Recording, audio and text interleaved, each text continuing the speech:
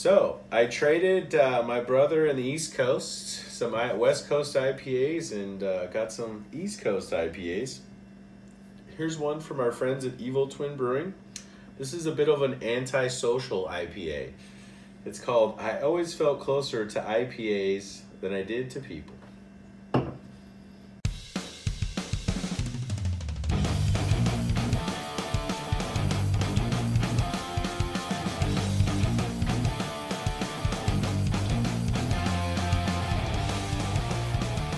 Welcome back to the Tapping Out Show. My name is Jeremy. This is Matt. We're going to do another Eviltwin beer. Eviltwin Brewing. This one's called, and I have to keep looking because it's actually a sentence. I always felt closer to IPAs than I did to people.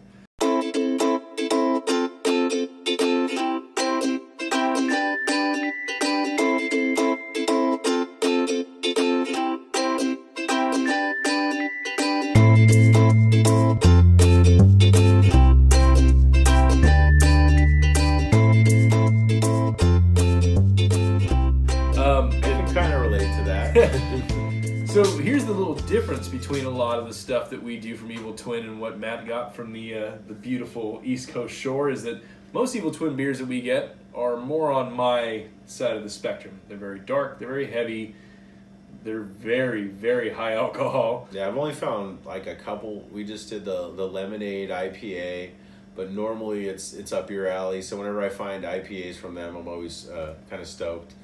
And it's weird too because a lot of different breweries that are known for certain beers, and then I see they have an IPA. I always want to try it just to kind of see what it's like. They haven't done us wrong yet.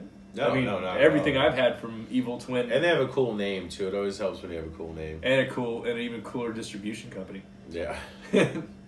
So we're gonna crack this one open. Like I said, we're fans of these guys. We're actually just arguing. Because this one says it's brewed in Connecticut. We've had ones that said it was brewed in Brooklyn. We have ones that said they were distributed out of Brooklyn.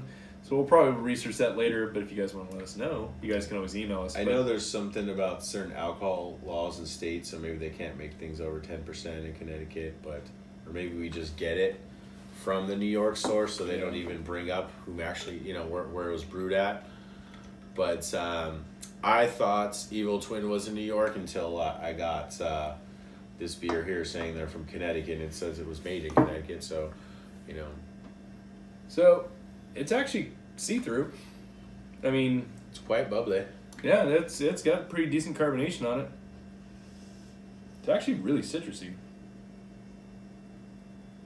Technically, because this is in Connecticut, do you consider this a New England IPA? I don't think anybody from Connecticut wants to be called New England. I would call this an East Coast IPA. East Coast, all right. Yeah, I think unless it's New England style, which I don't know if this is a New England style. It's not. It's just a double. Yeah, if I remember, it said it's a double dry hopped.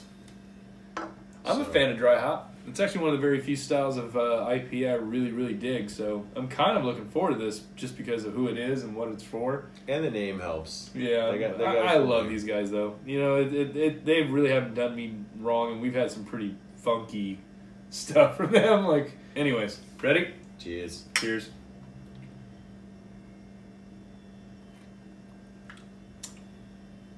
Wow. Hold on. That's definitely a different... So it is dry, but it has a really clean finish. Really clean finish. Yeah. It is actually really... I had to taste that again. I'm picking up the Galaxy, the Citra, the Simcoe hops for sure, which, we're pretty well versed in those hops. In those three so far. And so there's something else in here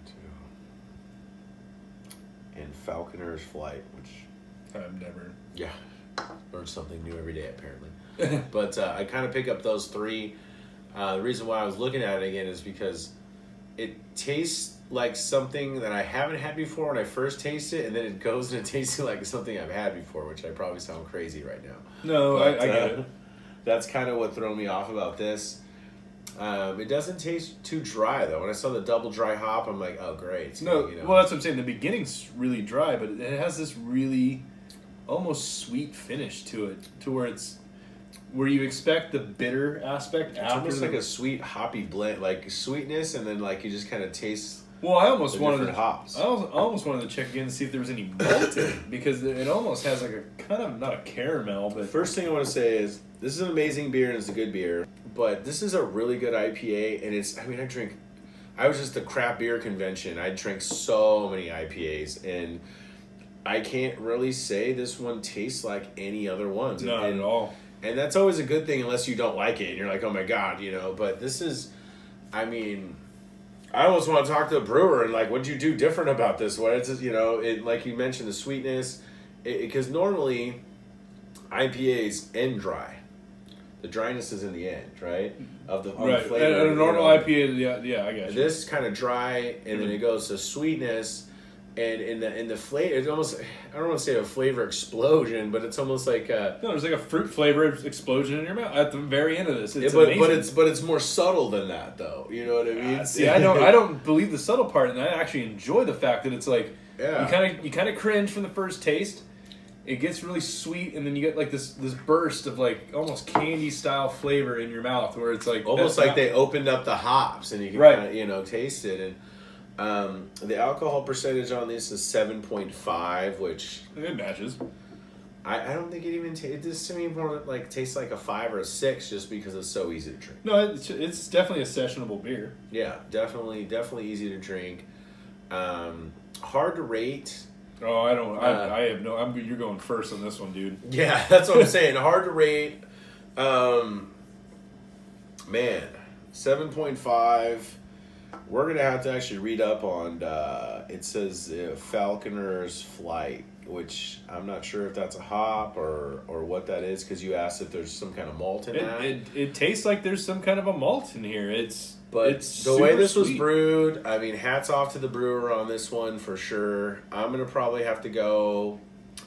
I'm probably have to go like 4.75 on this, dude.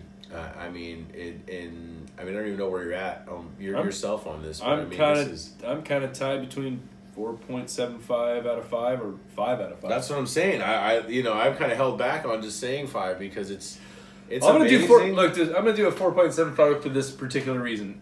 For what it is, it's unique. It's good. It tastes great. It's East Coast, which they're definitely making a name for themselves in the IPA aspect of things. But it's so different.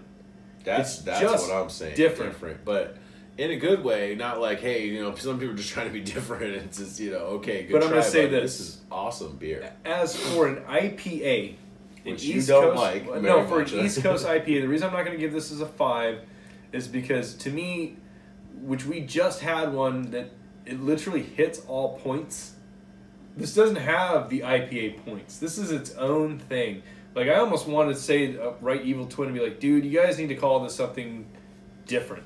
Just different. It's classified as an IPA, but it definitely sets itself. This is something like I was saying. I just came from the Craft Brewers Conference, and I was drinking IPAs all day long from some states I don't even have distribution in to even try normally where we live, and none of them were brewed or taste like this. This one definitely sets itself apart from any IPAs that we've had. You know what? And most of Eviltwin and of stuff. course, what did we read that's out of production and it's impossible? Oh yeah. So by the way, we read it. This is no longer in production. Good luck trying to find one of these things. I'm really glad though. I got these beers, like I said, from my brother on the East Coast, and I was a good boy and I didn't drink them, and I waited so we can. And I'm really glad that I didn't drink this by myself one day after work, and I waited so we can do this on camera. Which is so funny because out of all the beers, I told him, I was like, dude, we drink Eviltwin all the time. So I'm really happy that I saved this beer so we can review it though, and hats off to the brewer on this one for sure. Yep. So Eviltwin, you guys hooked us up again. It's going to be 4.75 out of 5 from the Tapping Out Show. This is a killer beer. Hit us up. Email. Yeah, send it to us. Please. Info, tappingoutshow.com. Social media, all one word. It's going to be Tapping Out Show. We're on everything. Just put it in Google and let it fly. Besides that, we are going to finish these out. It's great beer. Cheers.